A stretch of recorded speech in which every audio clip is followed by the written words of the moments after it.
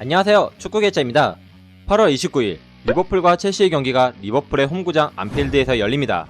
이번 경기는 1920 시즌 프리미어리그 우승팀인 리버풀과 2021 시즌 챔피언스리그 우승팀인 첼시 간의 경기인지라 더욱 기대가 되는데요. 그래서 오늘 영상에서는 이 빅클럽 간의 경기에서 지켜보면 좋을 3가지 관전 포인트를 소개하려고 합니다. 첫 번째 관전 포인트는 많은 분들이 가장 관심을 갖고 있는 리버풀의 수비수 반다이크와 첼시의 공격수 루카쿠의 맞대결입니다. 먼저 첼시의 루카쿠는 2014년 첼시를 떠나 에버튼, 맨유, 인터밀란을 거쳐 7년 만에 친정팀인 첼시로 돌아왔습니다. 그것도 구단 최고 이적료인 9,750만 파운드를 기록하면서 말이죠. 사실 프리미어리그를 떠날 당시에도 루카쿠는 리그에서만 252경기를 뛰며 113골 42도움을 기록한 프리미어리그의 최고의 공격수 중 한 명이었습니다. 스트라이커로서 훌륭한 괴물 피지컬에 평균 속도는 34 후반대, 여기에 득점력까지 갖춘 완벽에 가까운 공격수였습니다. 다만 치명적인 문제점 하나가 있었죠. 바로 자신의 피지컬을 잘 활용하지 못한다는 점입니다. 흔히들 말해 등딱이라고 하는 포스트 플레이가 평범한 수준이었습니다. 여기에 맨유 시절에는 과한 벌크업으로 부정확한 볼 컨트롤 문제까지 드러나면서 루카쿠에 대한 주변의 평가는 최고의 공격수에서 2% 부족한 공격수로 바뀌게 되었는데요. 그러나 인터밀란에서 2시즌 동안 콘테 감독의 지도하에 루카쿠가 달라졌습니다. 부족했던 포스트 플레이어 능력이 크게 개선된 것이죠. 실제 루카쿠의 그라운드 경합 성공률을 비교해보면 맨유에서는 2시즌 동안 35%에서 26%로 줄어든 반면 인터밀란에서는 2시즌 동안 30%에서 48%로 높아졌습니다. 이렇게 그라운드 경합 성공률이 높아졌다는 것은 그만큼 볼을 지켜내는 힘이 강해졌다는 의미로 볼 컨트롤 역시 좋아졌다는 것을 말해줍니다.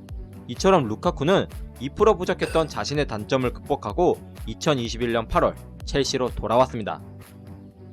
그리고 돌아온 첼시에서 치른 첫 경기인 아스날전에서 포스트 플레이어로서 완벽한 복귀전을 치렀는데요.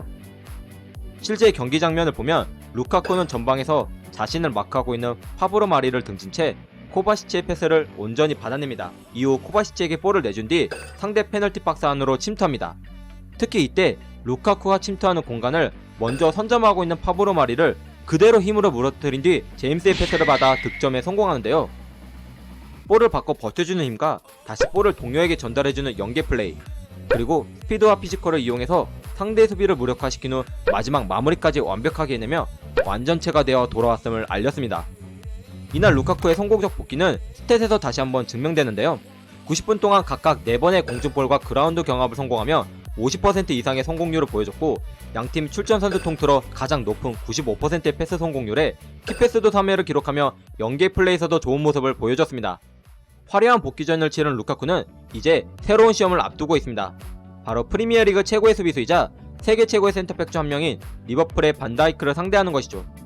반다이크 역시 루카쿠에게 밀리지 않는 피지컬로 상대 공격수와의 경합에서 밀리지 않을 뿐만 아니라 오히려 압도하는 장면까지 보여줍니다.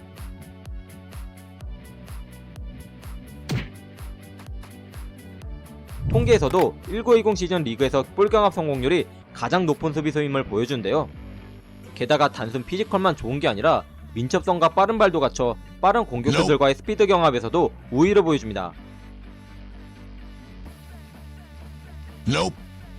여기에 상대의 볼을 빼앗는 타이밍을 캐치하는 능력과 상대 드리블에 쉽게 속지 않는 침착감과 집중력까지 갖추고 있어 이름 좀 날리는 공격수들도 쉽게 이겨내지 못하는데요. 첼시의 루카쿠가 과연 반다이크를 뛰어넘을 수 있을지, 아니면 반다이크가 여전히 최고의 수비수라는 입지를 다질 것인지 많은 축구 팬들이 이번 경기에서 가장 주목해야 할 포인트가 아닐까 싶습니다. 두 번째 관전 포인트는 양팀 풀백들의 맞대결입니다.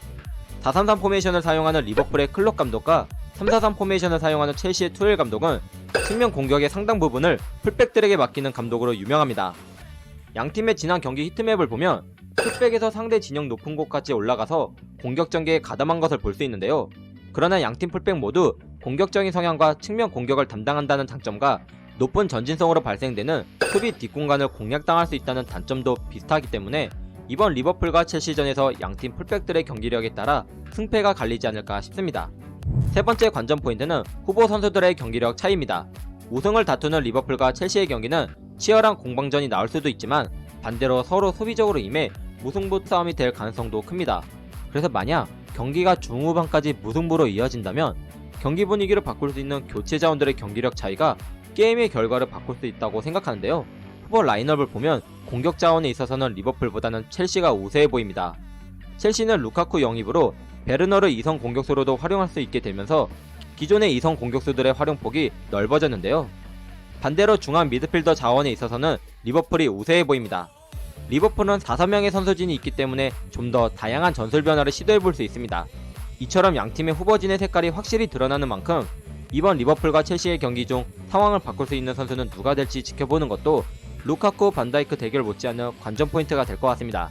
이번 리버풀과 첼시 간의 경기는 9월 A매치 주간을 앞두고 치르는 8월 마지막 프리미어리그 경기인 만큼 양팀 모두 현재 낼 수 있는 최대 전력으로 경기에 임하지 않을까 싶습니다. 영상은 여기까지였고요. 시청해주신 모든 분들께 감사드리며 영상이 좋았다면 구독과 좋아요로 부탁드립니다. 그럼 저는 다음 영상으로 돌아오겠습니다. Coming soon!